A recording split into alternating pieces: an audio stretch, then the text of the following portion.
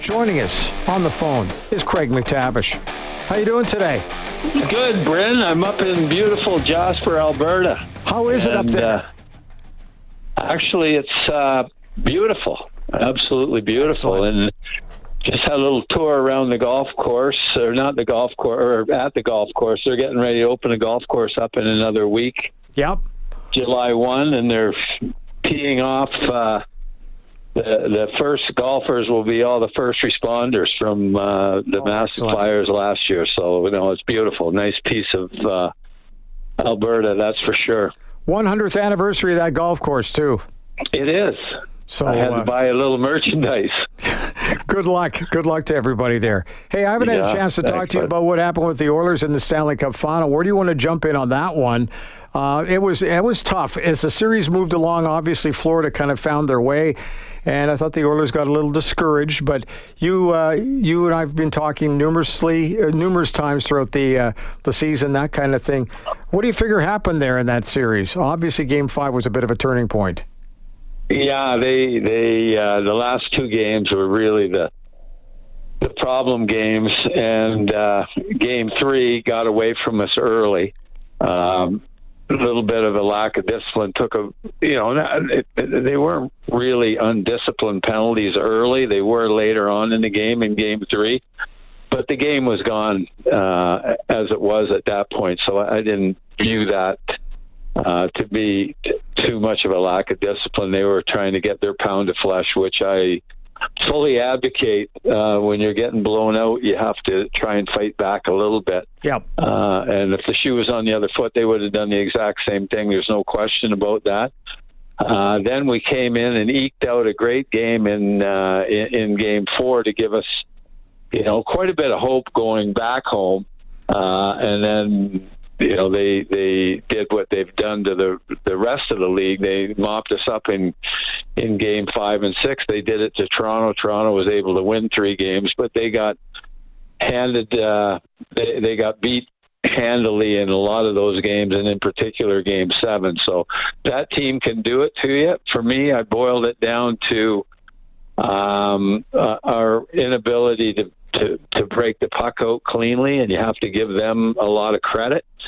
They had, their forecheck was formidable, and we had, according to David Staples, who I read a lot and give a lot of credit and credibility to the analytics that he puts forward. He said or wrote that there was 53 opportunities that the Oilers had to break the puck out. They did it successfully 26 times, so 27 opportunities for Florida to transition and sustain their forecheck, and it proved problematic for the Oilers. And the other thing that really hurt them, because as you know, you don't have to outplay a team significantly to win every game. I mean, you can sneak out a few wins as well, but our inability to defend those 3 one-on-one goals, that really undermined our ability to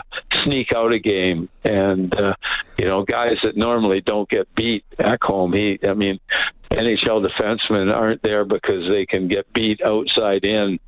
And unfortunately, he did twice, and so did Wallman. Marchand beat Ekholm and Wallman in Game 5, and then Ekholm got beat again in Game 6 by Reinhart. But tough bitter pill to swallow, because the team had us so optimistic. But heck of a run overall for the group. And, it's a sad state of affairs that there's 31 losers in this league and 1 winner. And, that's a tough environment to live and work under. And I hope our guys can take some satisfaction out of the fact that they gave us a heck of a lot of entertainment for a couple months. And, we didn't think after they lost the first 2 games in LA that we were going to get 2 months or get to the finals and put ourselves in a position to win a cup. But I'm sure immensely disappointing for the players and coaching staff. When you're constantly trying to come from behind, it's tough. And this team really thrived on it through the first 3 rounds, but not getting those first goals, that's a showstopper. And then the other thing, when they did get the lead, couldn't kind of extend it to a 2-goal lead at any point in the series. And it's just that, hey, you want to talk about, we talked about how resilient the Edmonton Oilers were through the first 3 rounds of the playoffs. The Florida Panthers just keep grinding away, Mac. And, I mean, they're as deep and as strong and as heavy and as experienced, and they know how to win. They've got a lot of confidence in playing their system. We were definitely the most impatient team in the series, and we needed to really limit the amount of opportunities we were giving them. And we're a team that thrives on rush chances and spontaneous offense and dynamic offense. But, you know, the situation, you knew you weren't going to get 4 or 5 goals against Bobrovsky and that defensive system. And, I mean, you look at Game 6, you know, we make the mistake on the breakout in the first goal, don't defend the one-on-one, and then on the second goal, just get out of that first period down 1-0.